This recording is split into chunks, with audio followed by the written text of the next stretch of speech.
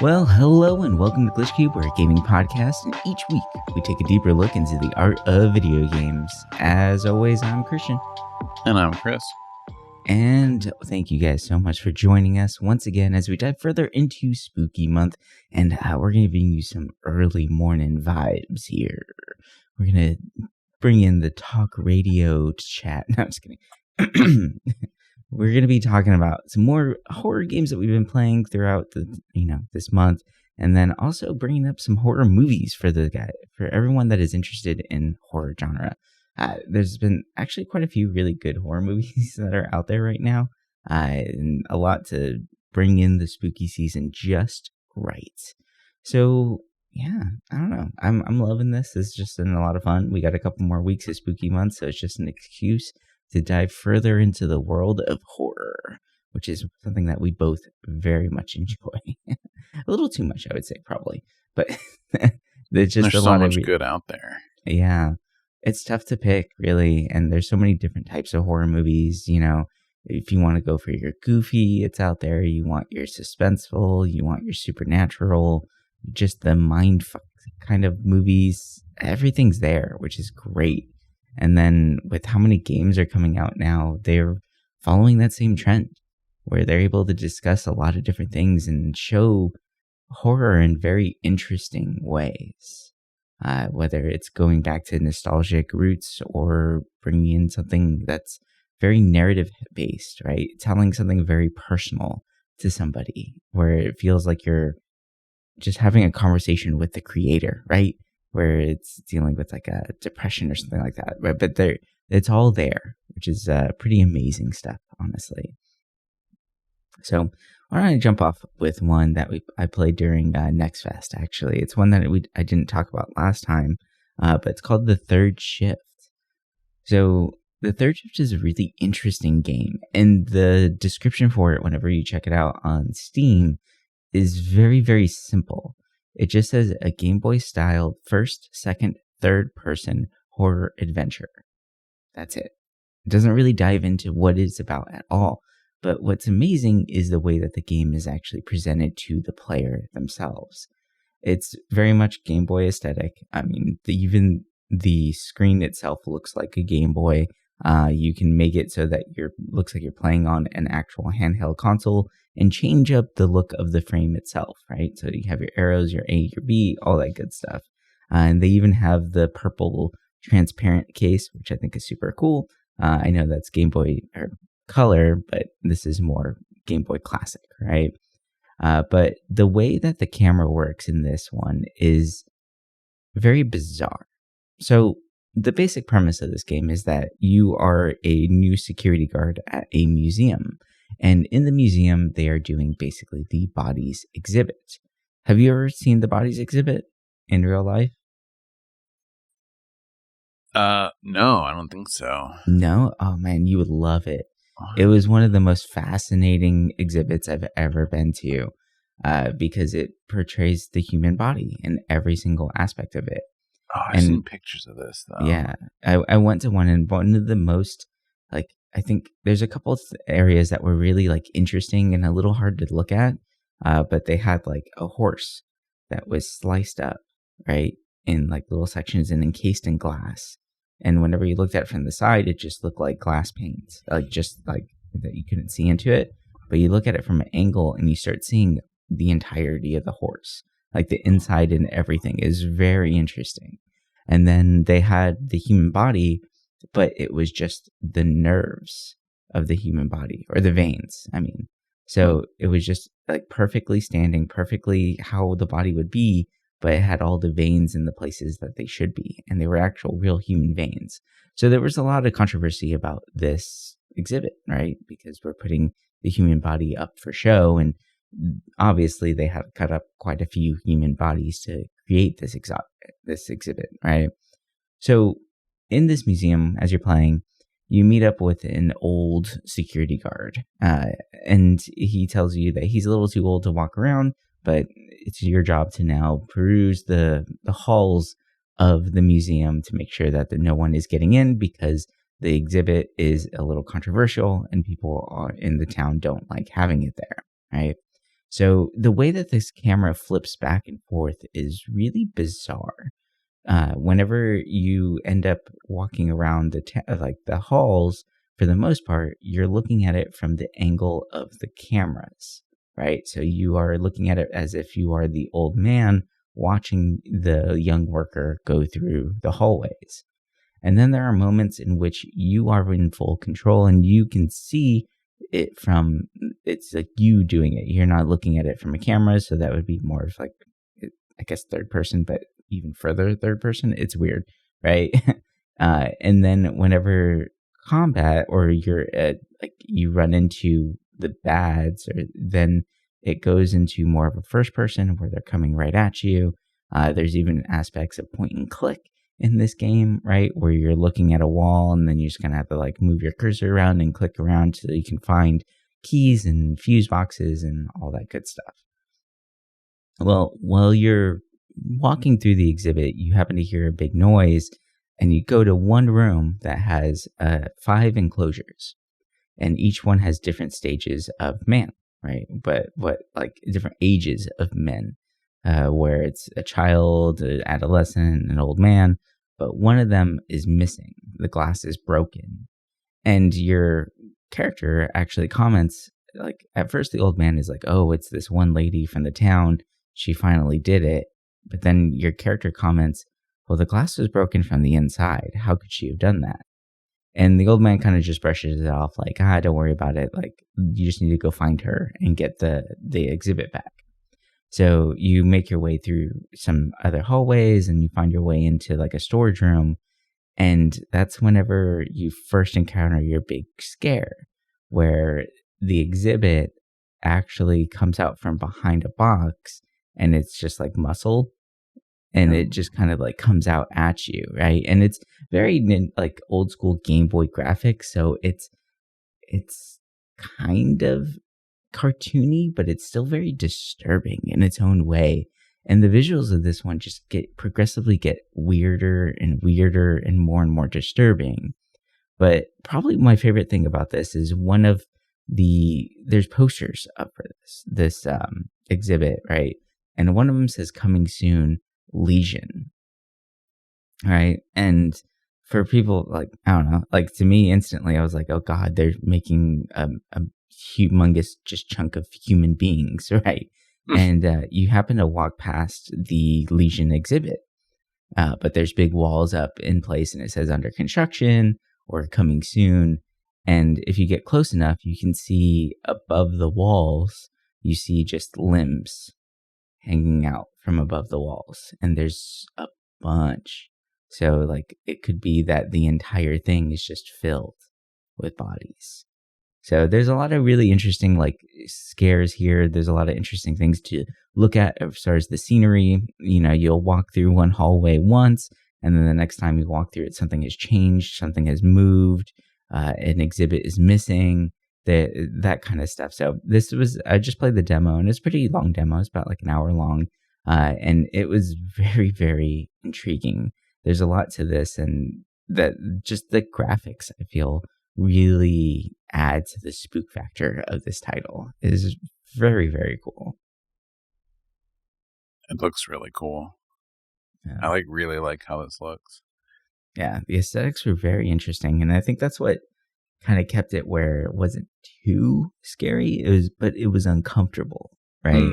Mm-hmm. Yeah, like they really got that look down of just, I'm uncomfortable. Yeah, I'm a big fan of like Game Boy graphics, and I really like how they did it with, like what you said, with like the framing and stuff. Mm-hmm. And it's cool because you don't like.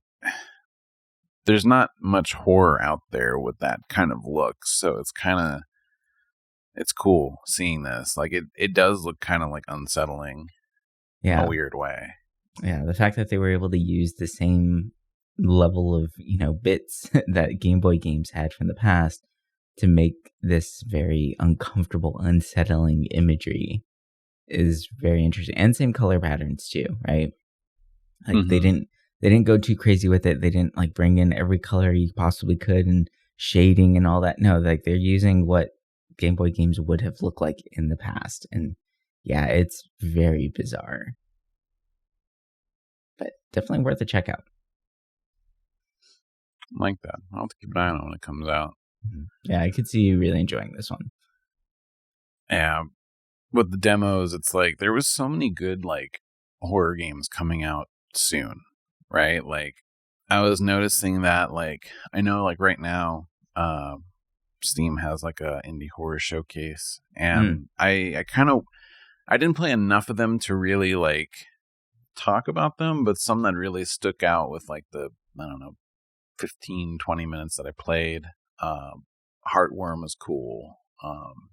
I'm a sucker for like horror games with like kind of older graphics, just because not that they're less scary. I just feel like the atmosphere is better in them. So like for me, there's a game coming out soon called Hollow Body that I'm really excited about. That looks a lot like a PlayStation 2 kind of horror game, and Cool. just a bunch of stuff. But you know, I didn't realize that the third shift was taking place in the museum, and it kind of works because the game that I played in an art gallery. Oh, cool. Or so you would think. So I went down kind of like a weird rabbit hole of like RPG Maker games. I know there's some big ones out there that I didn't get around to yet, but I hope to cover soon. But one that I really liked was Time is Solid Here. And I don't really know how I found this game. I just kind of stumbled on it because no one like I know has ever talked about this. And I guess I was just kind of like looking on itch.io like for just random stuff, and then this popped up. And the thing that really stood out to me was just the look to it. Like the world looks obviously very, very basic, right? Very typical RPG Maker, but the portraits are fascinating. They're just disfigured faces and bodies, basically.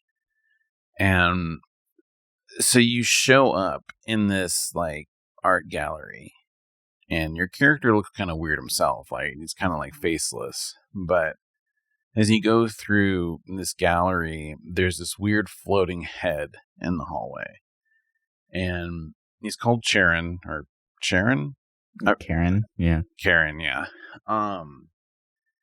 And he's basically telling, oh, like, you're the new portrait cleaner. Like, you need to go and clean these paintings in this hallway. So you do. And when you clean them, you get warped into that portrait, right? So the first one you go into is this elderly woman who is losing her memory, right? They don't really say if it's like dementia or Alzheimer's, but it's one of those. And so when you talk to her, she's like, yeah, I'm stuck here. Behind me in this door, there's a maze. And because I'm like, you know, in I couldn't tell if it was a rocking chair or a wheelchair, but she's like, oh, I can't make it, but I really want to know what's in the center. So you take it upon yourself to go in there. And, long story short with that, you realize like, oh, like she is losing her memory, and it's kind of fucked up. It's a very short game, so I don't want to say too much about it because I feel like this actually is kind of a fun game to like experience just because it's so short. Like this game is maybe about an hour long. Yeah, that's not bad at all. That's why I'm like, oh, I don't want to say anything because this is actually really enjoyable, but it tackles some pretty tough subjects. So like it, you know, like it goes from like loss of memory to most of this is really just handling grief. And that's kind of what your job is. You are going into these portraits to put these souls at ease. And in the process of doing that, you learn more about these characters and kind of what made them like an unsettled soul, basically. And it's interesting. Like, I really like this concept a lot because it's, you have to go in order, and the stories get a little more intense. And in total, there's 3 paintings you actually visit, and then there's a 4th that's kind of like very quick. But I think it does a really good job in kind of explaining grief and how to handle it. And like, there was one story in there that actually kind of like surprised me a little bit, but this is cool. It was by Algebra Falcon, and yeah, I'm really surprised by this game. Nice. Yeah, that sounds actually really interesting. I like those. The just like the shorter experiences, like your journeys and things like that, but can tell a very impactful story. I have become a fan of shorter games. I remember for the long time I didn't really care for them. But especially with like Itch.io, where it's like, people wanting to put their game out there, even though it's like not super long, I almost enjoy them more because I feel like you're just getting the story. You're not getting all that padding, right, that a lot of bigger games have or have to do for their publishers. right. And it's cool. It's not a 100-hour Baldur's Gate, right? Like, yeah. Well, I mean, at least Baldur's Gate makes sense. I'm thinking like, look at Assassin's Creed, where it's like 100 hours of like just fetch quests. Yeah. But something that was also interesting with this game, well, one, the music is amazing too. Surprisingly, the soundtrack to this is really damn good. It's like kind of a mix of everything. It's got like ambient, it's got like alternative, and like some industrial. But the thing that I think this is what made me actually pick it was this was selected for the I think I'm gonna really screw this up right now. It's still early in the morning. The Gautier Institute Still Stand project exhibition. So it was, featured in an exhibit. That's awesome. And I was like, oh, this is. Anytime I hear that about a game, I'm always very fascinated because, it's not often that happens. Right. And after playing it through, it makes sense. Like, if we get more games like this that are very abstract, but also very clear with the story or point of the story, like, I'm excited for more of this. Oh, that sounds awesome. All right. Well, the next game that I've been playing is actually one that's been out for a little while. It came out in 2021, and it is called The Last Spell. This one's a little different than your typical horror game that you'd be playing. I mean, there's some spook factors. There's a little bit of creepiness to this one, but it's actually a tactical RPG, and it's a city builder as well. So I think you'd probably really enjoy this one. But it's very, very interesting. Apparently, the story itself is that humanity is basically being overrun. Right? There's very little. There's not many cities left, and there's some sorcerers that have concocted this last spell to try and eliminate the demon horde. Right? And it is your job to protect the ritual site until they're able to actually cast the spell, right? And that takes quite a few days to accomplish this, and you get attacked at night, right? So you have your basic grid set up for the city itself. The enemies can come from all sides, so north, east, south, and west. And they only come at night. And what's kind of crazy about this one is that it'll just tell you which direction the enemies are coming from. Oh, and you have a very small crew of people to actually defend the city. You only have, I believe, 3 individuals that you can have, right? And you can have enemies coming from all sides in the much later episodes or levels, quote unquote levels, right? It's different days. So they come and attack at night, and they come in hordes, and these hordes are huge. They're massive. Luckily, a lot of the attacks that you have are very AoE focused. and you're able to try and like eliminate quite a few enemies at the same time, which is nice if you can set it up properly and kind of like funnel the enemies appropriately. So during the day after a successful, defense of the horde, you can go to your town and you can build up barricades, you can level up buildings, you can produce other things that will help increase your health or increase your mana regeneration, that kind of stuff, right? You can also get new equipment and everything for your party, or eventually you can unlock the ability to get new party members. Now, this is what I thought was the most interesting. Every single party member that you have, or the people that you can pick from, have different traits, like alcoholic or gluttony or things like that. So they can have very negative effects or very positive ones. So you kind of have to create builds around their traits. As you start to level up, then you can try and alleviate some of the negatives or just go all in on the positives of which your players have, right? So this is a really fun tactical game. There's a lot to it. It's very amazing to see, and it's not your typical horror. You're not going to get jump scared or anything like that. It's just really the vibe of this one that kind of, I would say, classifies it as a good spooky season game, because you are fighting off a massive demon horde and you're literally like the last bastion of humanity here, right? And everyone seems like it's really cool to see like the character art, right? Everyone kind of feels like they've been doing this a while, right? Like they all look a little run down. The town's like basically in complete shambles whenever you first enter the area.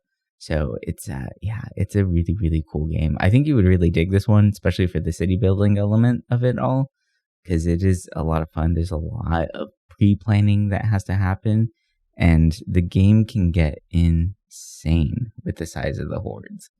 Like, it gets pretty crazy.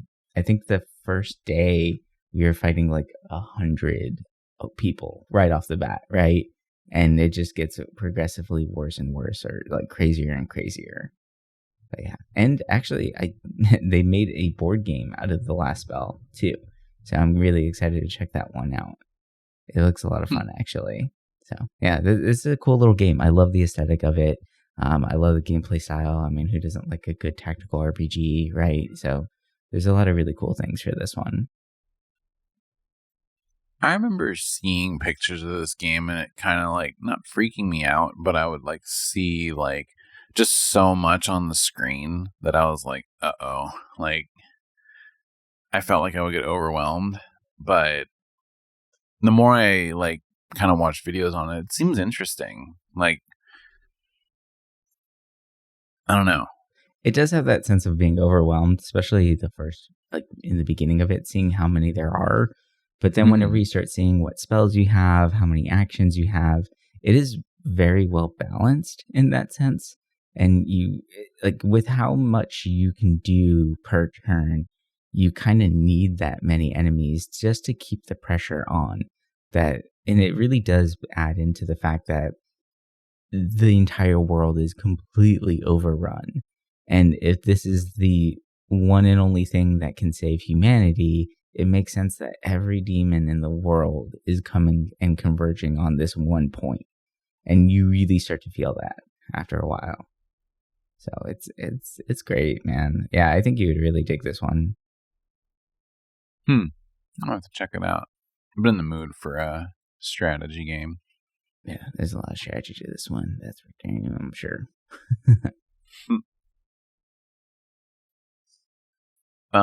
So I got another RPG Maker game, and Nice. I feel like this one is a little more. This one's darker than the last one, and definitely it would have some trigger warnings to it because it does tackle some actually really tough stuff, but it does it in a way that's very respectful, which I like. I feel like sometimes people don't tackle some of these topics in a very respectful way. Right. They kind of just I don't want to say make it sound edgy, but they just, no, they add like a certain flair to it that They try too it's, hard. yeah, they try too hard. And it's like, I don't know. It just doesn't come out right. But this game, I think, did it really well. And it was really unsettling, but at the same time, it was very comforting in a weird way. Mm. But it's called Flesh, Blood, and Concrete. And basically, it takes place, like, it seems like it takes place in Russia, right? Like, it's very snowy. Most of the game is in I'm really gonna butcher this, but it's a Krushkova, or one of those, like, kind of your typical, like, Soviet apartment flat looking buildings. Okay. That everyone has seen when they think like Eastern European apartments. Right. But so it takes place in that, right? Your character is named Lara, and you awake like outside this flat, and it's snowy. You don't know how you're there, what happened, and randomly there's this little girl outside, which is already kind of weird, right? Like, Yeah. this seemingly abandoned place has a little girl there, and she's like, "Oh, you should come in. I'll take care of you. We'll help you fix your car." As you look at your car and you're like, "Oh, I need to get some gas for it." So you go into this flat, and it's interesting because at first you start getting flashbacks of your childhood, right? And it seems like you have a pretty mellow, like, past, right? You have your comforting little room. You know, it has like the very kind of like nostalgic comfort vibes, right? Mm-hmm. Of being like hanging out with your mom kind of stuff. And as you progress through the first floor of this flat, you keep thinking to yourself, like, oh, like, this seems very familiar. Like, oh, my mom had this same kind of tea kettle, or, you know, the smell of this room reminds me of my childhood kind of stuff. And the little girl, Annika, is like, oh, I'll make you some food and stuff like that. So you keep following her. But she tells you, like, hey, like, you know, if you want to get gas for the car, it's, you know, further up. So you're kind of left on your own in this flat to kind of explore and kind of understand. And then as you start exploring more, you start noticing some weird things about this place. Mm-hmm. And this is also a short game. It's just about, to me, it was a little over an hour. It could be longer because I know there's 2 endings to it. And it went some very interesting places. And I think that, you know, a lot of games are capitalizing on like nostalgic comfort, but not in a way that this did it. And I know that I feel like these kind of, like, this setting would probably resonate more with someone who grew up like in Eastern Europe, where they had that kind of look growing up, right? Like the way the rooms look, the way the flats look, it looks exactly like a picture of like when people post like, this is like my childhood growing up like in an Eastern bloc. Like, it looks just like that from pictures. And but even though I never like lived there, I still could feel that nostalgic resonance, which was interesting because I never really felt that in a game. But your character does such a good way of explaining it. And you start noticing that there's like meat in the rooms, and like fleshy kind of structures, and sinew just kind of like hanging from walls in the ceiling. And it starts, I don't want to say it's body horror, because it's not like you're seeing like any like weird bodies, but it's definitely meaty. And it's fascinating because it really, you don't notice it right away. And I feel like there's not a twist. It's more so you kind of learn what's going on with your character at the end. Mm. But it's interesting because I feel like even though it got really creepy, especially like kind of towards the end with like very like dark atmosphere, very morbid kind of like thinking, it was weirdly comforting. And I think that was the point of the game, because it's like your character had gone through a lot in the past that you don't obviously see in the game. Mm-hmm. But it's such like a way of an acceptance. And this game does it in such like a weirdly uncomfortable way that I think just pulls it off perfectly. And honestly, like, this game like surprised me, because I really didn't think much of it at first. Like, when I was looking at it, I'm like, oh, this is, like, you don't hear people talking about these games. Mm-hmm. And it's a shame. Like, there's communities out there that do, but it's not out there. Right. And I think this game, like, it should be out there. Like, it's so interesting, and the imagery is so damn good. Like, I don't know. There were parts where I was actually kind of creeped out, and that doesn't happen too often in games, where I'm like, oh, what are they trying to say? But I thought it like did a really good job kind of wrapping itself back around. Nice. That sounds really interesting. You got some good ones as far as like narrative heavy, like vibe ones like that. Yeah, and it's really hard to kind of like touch on like what that game is really about, but yeah,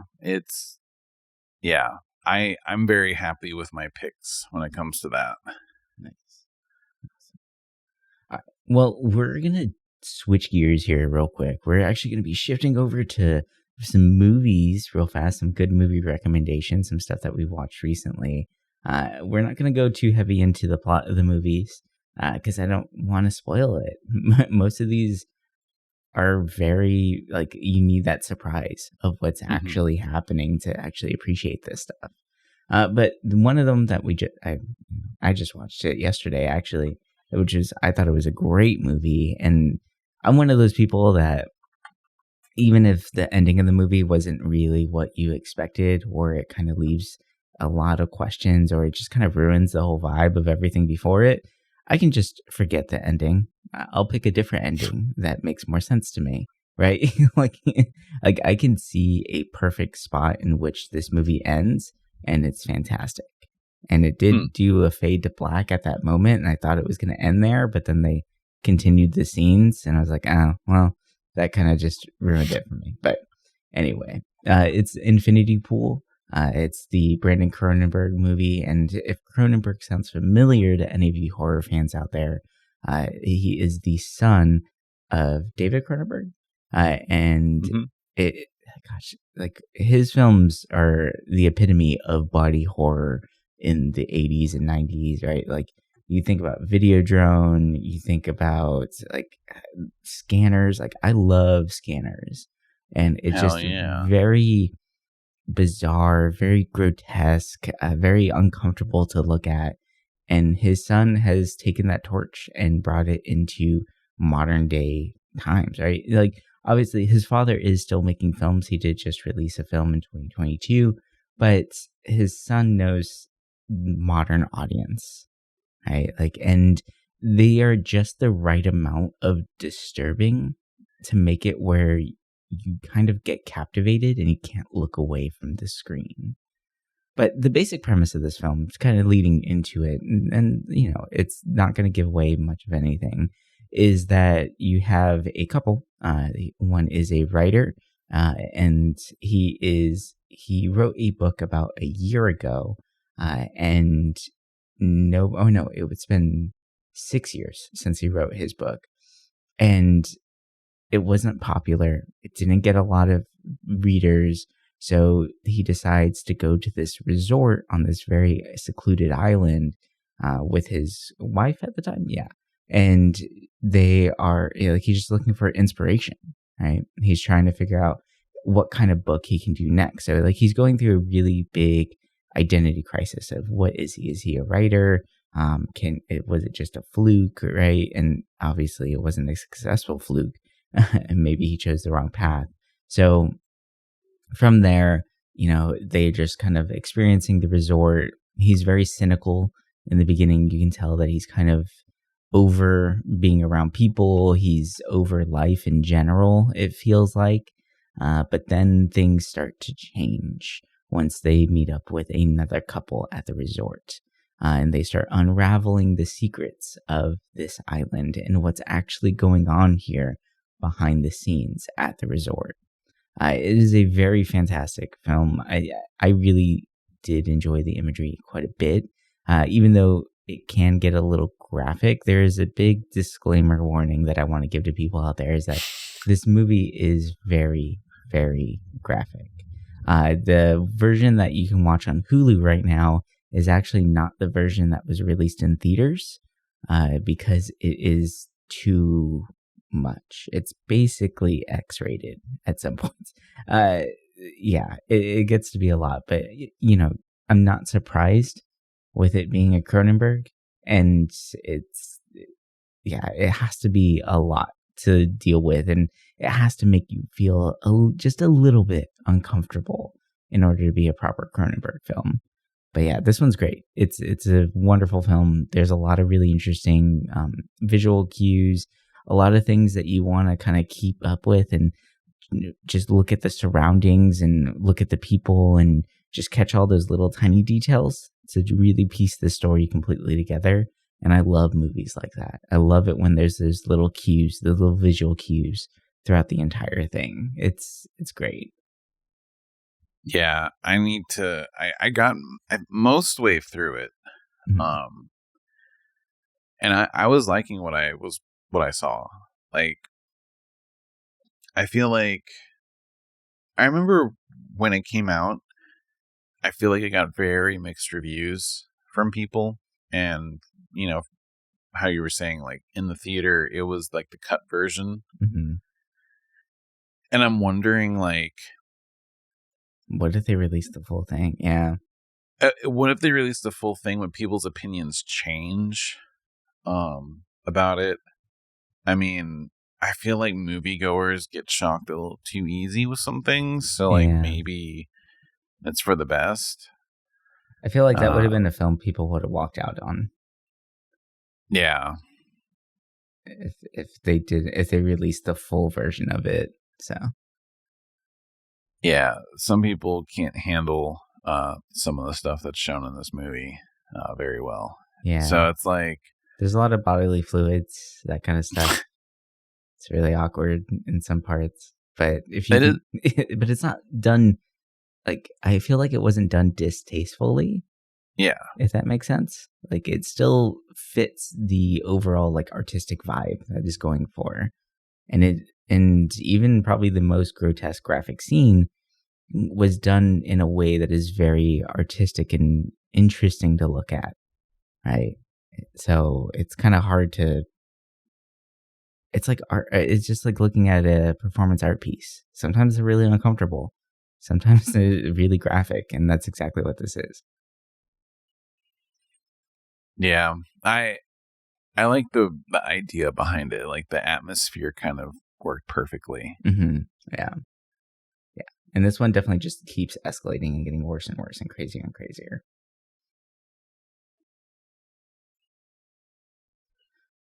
And then another film that I watched right after that, because Mia Goth is in Infinity Pool, and we started like looking for other films of hers.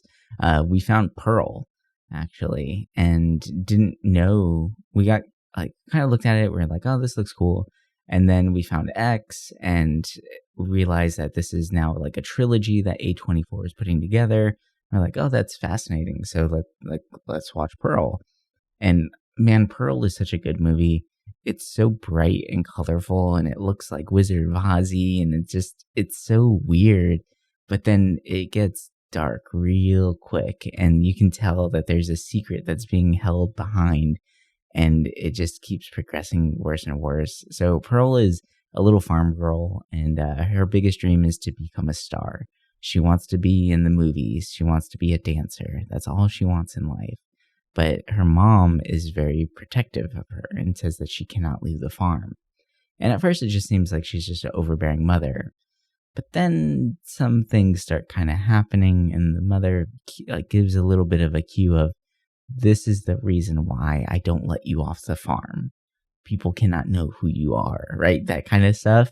And it just gets crazy from there. And it's such a good movie. And I swear, like, her facial features were so on point of someone that is kind of psychotic but doesn't know they are and doesn't understand what's going on, like it, but then kind of it like clicks a little bit that what she's doing is not okay, right? Like, she was able to capture all of that, and I'm like, this is amazing. So yeah, I definitely really really recommend Pearl. We started watching X, and it keeps that same vibe going of just kind of weird and bizarre. And I am excited to finish X. I think it'll be really great. And then with Maxine coming out soon, we're just going to watch that one too. It's going to be amazing. Yeah, I've seen X. I haven't seen Pearl. I have it queued up and ready. If I had known originally that Pearl was like the prequel, I probably would have seen it first. But I thought X was actually pretty enjoyable. I remember when it came out, I had a bunch of friends who were very interested in it, and I was going to go with them. They ended up going without me because I was busy, and almost all of them were like, they didn't enjoy it. And I was like, what the fuck? Like, that's weird. Like, I kind of get it now why they might have not liked it. And I know that there's people out there that didn't. But I actually really enjoyed it because it had that campy feeling of, like, you know, a cheesy kind of like late 70s, early 80s, like horror movie. But it also had a very interesting backstory. And, you know, obviously, probably once I see Pearl, I'll understand more. Yeah, I'm happy we Pearl. watched Pearl first because, like, Howard and Pearl get introduced in the first movie, obviously, right? Like, so, like, knowing that and seeing the ending of Pearl and then going right to X, then it, like, puts so many things in place of, like, oh, because they're, like, Pearl ends on, like, a big question mark of what's going to happen, and X kind of, like, lets you know this is what happens right from the very beginning. It's like, oh, okay, cool. Like, because it's the same farm, it's the same everything, right? Like, it's very interesting the way that they set that up. I wish they would have, like, shown that this is a trilogy more, right? So that people would have watched Pearl first. I don't know if they had planned. Like, I remember when X came out, I don't remember initially saying there would be a trilogy. It is interesting how, like, the only way you know really is if you looked it up. But other than that, like, there's no, like, explanation out there that's a prequel. And then I think with Maxine, it's like right after X, if I remember right. Yeah, I believe it's going to be set in the 80s. So, yeah, I'm like really surprised by this. Like, A24 does like really well with their stuff. I hate to sound like one of those hipsters that always like praises that elevated horror kind of stuff, but I feel like this one just kind of worked because it's like, it's not trying to be obtuse, right? Like, it's kind of just telling the story like right there to your face, like not trying to have some like super deep meaning behind it. It feels like more classic horror. Yeah. Yeah. Like, which, you know, I feel like a lot of people kind of botch nowadays when they try to do that classic horror stuff, because it's like they try to make it too much like they try an 80s movie. Explain too much of the meaning behind it though too, right? A lot of American horror movies do that where it's like, oh, well, she's not just a demon. She was a, you know, she had a rough childhood and feel sympathy for this character, right? Like, it's like, I mean, Pearl does that to a certain extent, but the whole time you're watching it, you're like, yeah, I don't feel bad for her. Right? Like, she's crazy. You're right. Like, it's one of those where it kind of starts to like tug at those strings, but it doesn't play too heavy into it, where there's not like ultimate closure for this killer, right? Like, which I feel like a lot of horror movies nowadays do. Whenever it tries to do more of like a classic approach to it, it's like you don't need all that closure, right? It's like whenever they would take these Korean or Asian horror movies and redo them in America, they totally botched them up because they would put that like ultimate closure at the end of like a pretty little bow on top of everything's okay. But sometimes it's good to just end it where the killer's still out there, right? Like, things aren't resolved. There's a lot of crap going on. This is just chaos. This is just a slice of their life, right? And I appreciate those kind of films more personally. Yeah, it leaves you wondering, you know. Yeah, exactly. Oh, a movie I totally forgot about before we even started this episode. But I watched VHS 85. Oh, that's a good one. So it just came out. I'm a fan of the VHS movies. I love found footage shit. Like, the first in a weird VHS way scared the shit out of me. I was so uncomfortable. Yeah, the first one was kind of like disturbing, and then I think it's the 90s one I didn't really like. I didn't like the overarching story too much, where it was like that underground layer or whatever. Yeah. But in this one, I really liked it because I thought that character, like, that story kept coming back to, right, with that like weird patient that they were observing.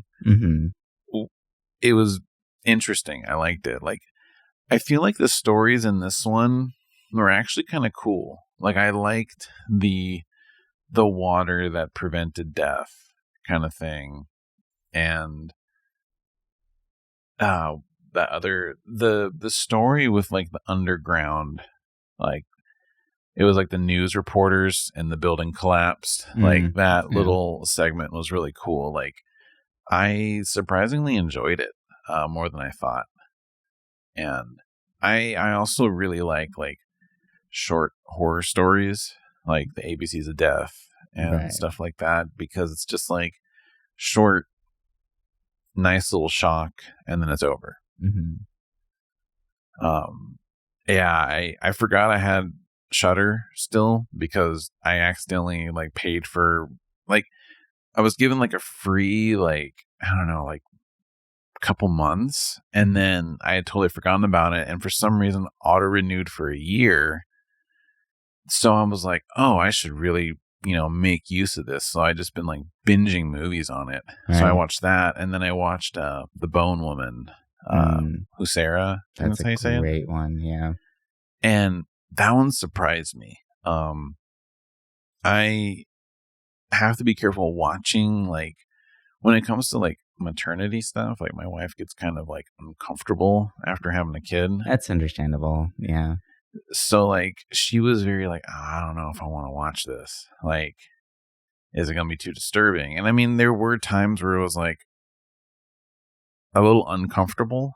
Yeah, whenever she just goes and grabs the baby. Like, it's kind of like, but I really, really liked this movie, especially because like the theme of it and the setting. Like, at least I feel like I don't see too many movies like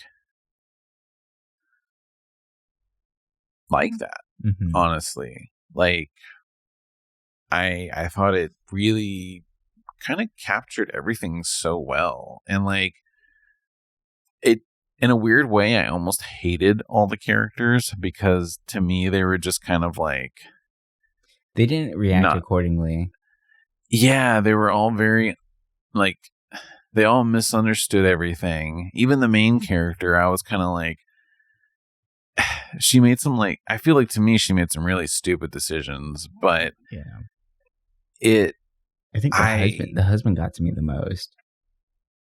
Yeah, he was really annoying. Like, it's like, I don't know, your partner's really going through something, like, be there. But at the same time, like, I feel like a lot of, I'll say just guys, a lot of partners probably would handle it that way too, right? Like, Yeah, and given the not fact that he everyone's super knows her understanding. past, right, and he knows, like, because this is a very big, like, identity crisis movie, Mm-hmm. and knowing, like, what she did in her past of who she was with, right, I think that it's probably playing into how he's reacting to things, but you don't really get that till much later in the film, so it's like, oh, okay, I guess he could react that way, right? Like, it's not really, it's, I feel like they didn't set the scene properly for that, but it's still a very interesting film. Like the way it was shot, the way that,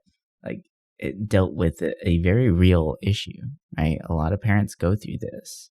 Like, postpartum depression is real, or, and Mm-hmm. and there are a lot of people that don't feel like they can have children or should, and this is a very intense way of showing that real struggle. So yeah, I think that's what made it really, like, disturbing for me, was the fact that this is something that could happen, right? Like, as far as, like, the mental breakdown of it all.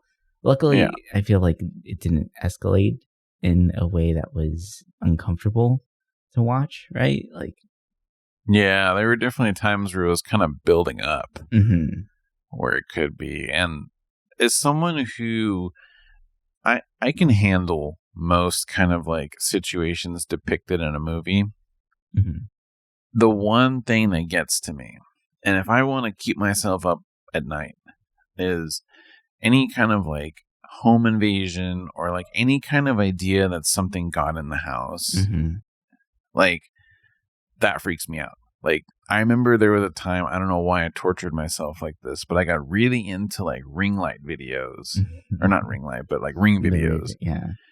And like, there were videos of like, oh, this person actually broke in, and like, you seen the video, and I was like freaking myself out because I had a situation like years ago where someone got into the house when I was living with other people because they never locked the fucking door. Yeah, but